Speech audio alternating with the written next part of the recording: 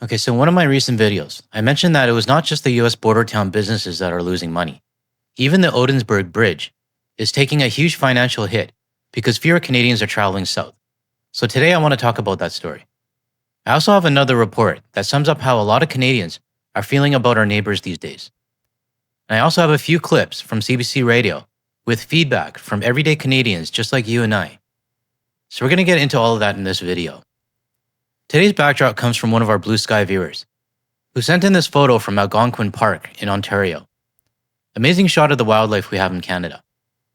Thanks for sending this in. And when I said a few videos ago that I need more photos from Eastern Canada, you all delivered and actually exploded my inbox. I appreciate everyone sending in their photos, and I have enough to last for at least another month. All right, let's get started. Trade tensions between the U.S. and Canada will cost the Ogdensburg Bridge and Port Authority more than $1 million in revenue this year. U.S. Senator Charles Schumer in Watertown today to talk about the tourism fallout. Fewer Canadians visiting the North Country. Schumer blames President Trump's war of words, continuing to refer to Canada as the 51st U.S. state, and Schumer points to tariffs slapped on Canadian imports. I have to give credit where it's due. At least they did mention the 51st state, although the news reporter definitely seemed to struggle saying it. Officials with the Bridge and Port Authority say the OBPA has taken a measurable hit at the bridge, the Ogdensburg Airport, and the port and rail system. And I talk about what our mission is, what we're directed to do by the state of New York and the governor. And because of the cutback in funds, it makes it pretty difficult to do what needs to be done. Outside the pandemic, Burns says he has seen this is the largest hit that OBPA has taken in 21 years, and that's his time with the Ogdensburg Bridge and Port Authority. 21 years, and this is the worst he's seen it outside of COVID. It does make me wonder though, outside of the usual border town businesses that are suffering, what else is taking a hit that we don't know about? I never really thought about toll revenue, but now I'm genuinely curious what other state services are feeling the impact. If you know of any, let us know in the comments below. Now let's move on to the next report from the Fox News of the North, CTV. Today they're stating that Canadians are holding off on travel, which is kind of funny because a few days ago they were pushing the opposite narrative. But anyways, let's look at this report. Let's bring in CTV's John Venavali Rao in Toronto with more on that. Hi, John. Sandy, here at Pearson in Toronto, it's a busy time for travel to the United States with U.S. Thanksgiving on Thursday. But this year, the travel numbers are likely to be down as many Canadians continue to choose to avoid going to the U.S. Now in the past, I used to head down to the Seattle Premium Outlets for Black Friday and Cyber Monday sales. Not necessarily to buy anything specific, mostly just to see what was there and to enjoy a day trip. And I know a lot of Canadians used to do that as well, and they're choosing not to do it anymore.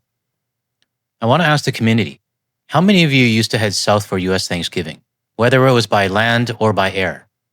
Whether it was also to visit family or take advantage of the US holiday? If you did, let us know in the comments below. And if it sounds like I'm always asking the viewers to comment, it's because I want everyone to comment. My channel isn't about listening to me and my monotone voice all the time. I don't know everything, and sometimes I'm wrong. More often I am wrong. But people read the comments, people learn from each other, and people realize that they're not alone in this boycott. Hell, I've learned so much from all of you just by reading what you write. So share your thoughts and don't be shy. And the state of Canada-U.S. relations being talked about this past weekend in Halifax at an international security conference. Several American senators calling Trump's tariffs a mistake and noting how many Canadians are responding negatively to them on a personal level. But the deeper problem is the cultural break. The idea that Canadians now don't think of Americans as their friends and their neighbors, but as an adversary. Now, Belle of the Ranch covered this adversary topic on one of her previous videos and asked for my comments, which I gave her, and many of you agreed or disagreed on my take. If you missed that video, I'll leave a link in the description below in case you want to check it out. But what the reporter said, yeah, it is personal. I personally feel betrayed by a nation that was supposed to be our best friend and our biggest trading partner. When I first heard the orange guy say Canada should be the 51st state, I think it was back in February when he first said it, I actually thought it was a joke. Then the next few days, we kept hearing it over and over and over. And I was like, shit, he's actually serious. The first thing that came to my mind back in early February was Operation Yellow Ribbon and what Canada did for the United States. It was that feeling of betrayal. Canada helped their stranded citizens without question, and this was the first thing that Trump does as soon as he starts. I remember sitting there thinking, what the fuck? Where did this come from? What did Canada do to deserve this? Then we started hearing the MAGA crowd pile on and encourage the rhetoric even more. So yes, it is personal. I'm in my mid-40s, and this is something I will remember for the rest of my life. And quite frankly, my image of the United States is forever tarnished. I will always be cautious when it comes to our neighbors to the south moving forward. Let me know in the comments if you agree with me on this. And if you agree and you're not subbed yet, help my channel by hitting that subscribe button. It does help the algorithm to push this message out to more people. One of the things that I think is very important about us being here, a bipartisan delegation, is to make it very clear to our Canadian friends that we're your friends, and we're going to do everything we can to put things back to the wonderful relationship that we've always had with Canada. Now, many travelers say they are feeling uncomfortable about going to the States this winter, with the latest numbers from StatScan showing in October, return trips by car from the U.S. were down 30% compared to a year ago, and by air, they fell 24%. That trend expected to continue. Yeah, if we can stay clear, we certainly avoid it. If there is a possibility of some resumption of normalcy, I think it's going to take a really long time. I mean, some of the cuts have been pretty deep. I couldn't agree more. And when those cuts heal, the scar will always be there to remind us. Many Canadians say their top reason for avoiding the U.S. is a resolve to stand up for Canada. Still, some of those U.S. senators remain optimistic the damage to relations can eventually be fixed, with one of them, an independent, calling the tariffs ridiculous. Sandy. Okay. I give that independent senator credit for being on the right side of this fight.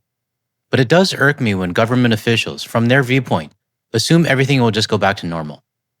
Now, I'm not talking about Angus King here, but in general, and in so many reports I've covered in the past. Far too many times, we've heard government or tourism officials say that things will get back to normal and we'll all be one big happy family again, and Canadians will start coming back to the United States. Sure, that's from the US perspective, but from our side, it's a completely different story. I'm getting a bit tired of people from the US telling Canadians how we should feel. Take this report for example. I did this one in the past. Groups like First Nature Tours are urging Canadians to embrace our natural resources and not be afraid to admit they like Oregon. Not be afraid to admit that I like Oregon. Yeah, no. Just hearing this makes me never want to go to Oregon again. And why? Because of the tour and business owner's attitude. It's an arrogant assumption, and it's something I choose not to be a part of. Now, for these next two audio clips, I want viewers to hear things from the perspective of everyday Canadians. I'm sure some of you might be getting tired of hearing my take only, so I wanted to share feedback from your peers as well. And thank you to the viewer who sent me the link to the CBC Radio podcast.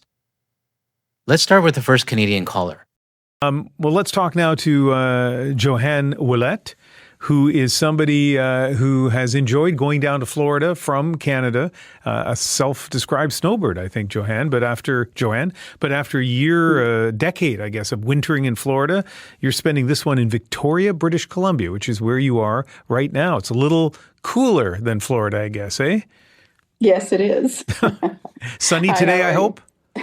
What's that? Is it sunny today? A little bit this morning, yeah. It was okay. Quite nice. Yeah. So why did you change your plans? Why did you decide to choose Victoria, British Columbia over Florida? Well, we had been here before during COVID when we couldn't go to Florida. And we had spent 6 months here and quite enjoyed it. And we spent the summer trying to decide what we wanted to do, because when we were there last year, we weren't comfortable being there. It had nothing to do with the people. We enjoy our friends. Like you said, we've been going for 10 years. We have a golf membership there. We gave ourselves till September to decide, to see if things got better between our governments. And we didn't feel that things got better. And I didn't want to go back down there and feel uncomfortable. I think a lot of our Snowbird viewers and former travelers to the United States can relate to this. Going on vacation to another country shouldn't feel uncomfortable. We shouldn't have to worry about getting a rude CBP officer at the border, or making sure our IDs are on us at all times just to prove who we are.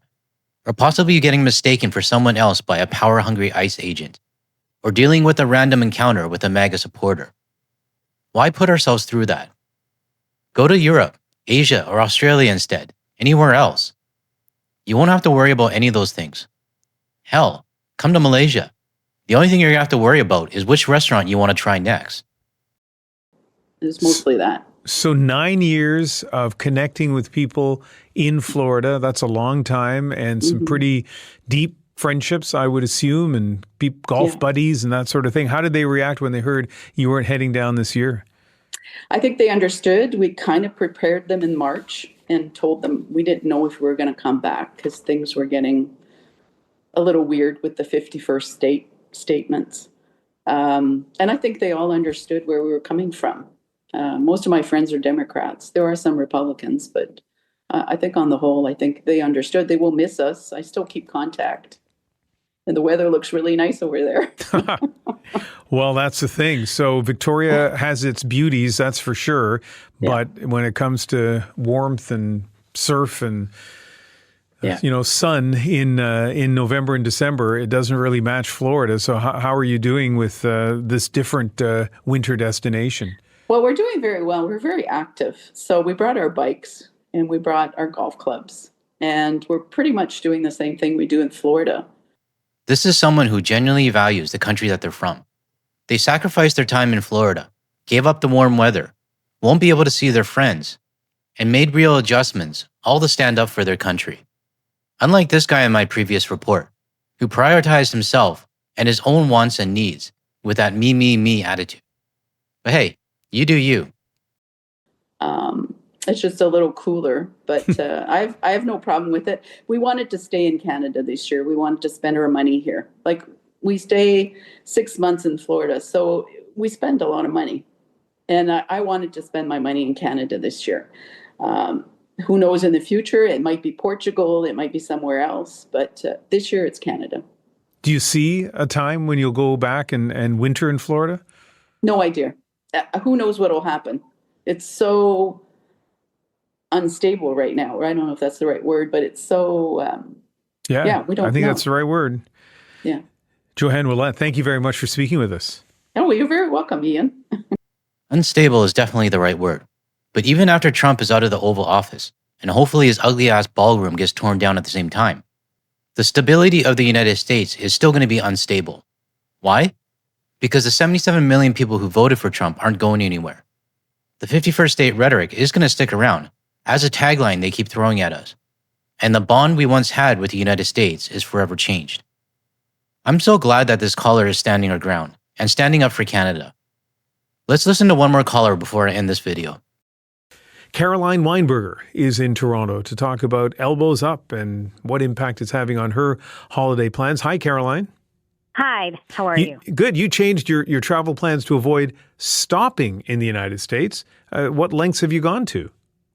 Basically, I'm traveling with a European airline. I'm going to visit my daughter overseas, not necessarily over Christmas, but in March. And given everything that's been going on, and I'm a dual citizen, and I just feel more comfortable traveling through Europe instead of traveling through the States. I've known people personally who had issues at the border, Canadian citizens, and even though I could easily travel on my U.S. passport, I prefer to travel on my Canadian passport. And how was it difficult at all changing your travel plans to avoid even stopping in the United States? No, not at all. Not at all. There were a lot of connections all over Europe, and I may be paying a little bit more, but it's just for peace of mind that I'm choosing to do that. And I've seen what's been happening like everyone else. I'm in the accounting profession. I have clients in small businesses who've really been impacted by what's been going on. And it's just maybe my small way of just supporting Canada. Well, thank you very much for your perspective, Caroline. Peace of mind and supporting Canada. That's really what it comes down to. I've always said to avoid having stopovers in the United States. It was especially important during the government shutdown when I featured that report of Canadians who got stuck in the mess. When you're traveling, you don't want to be standing in a pre-clearance line feeling nervous, and even Nexus holders aren't immune. It's just easier going through the international departures in any major Canadian airport. You get to security, you grab a coffee, or in my case, A&W, and you're on your way. She mentioned supporting Canada. And yeah, I know the GTL community is just over 100K. In the grand scheme of things, we're still a pretty small group online. But there are millions of Canadians who feel the exact same way that we do, and even more people internationally. So whenever you hear of someone or in the media claiming that the boycott is dying down, I'd really question that. Look at the facts. What do I actually look out for? The struggling US businesses, tourism officials begging Canada to return, government officials saying that we miss you. As long as all those things are happening, I know we're still making an impact. The CBC podcast is a long one. It's just over an hour, I think. I only used 2 of the callers today, but there were also callers proudly traveling to the United States and even calling from there. Those ones aren't worth my time to talk about. I'm here to support Canada. If you want to listen to the full podcast, the link is in the description below. That's all I got for today's video. If you're still here, I really appreciate you sticking around to the end. And for those waiting to hear from the co-host, she actually slept through the entire editing process. So you'll have to wait until the next video for a cameo. Have a good rest of your day, everyone, and I'll catch you in the next one.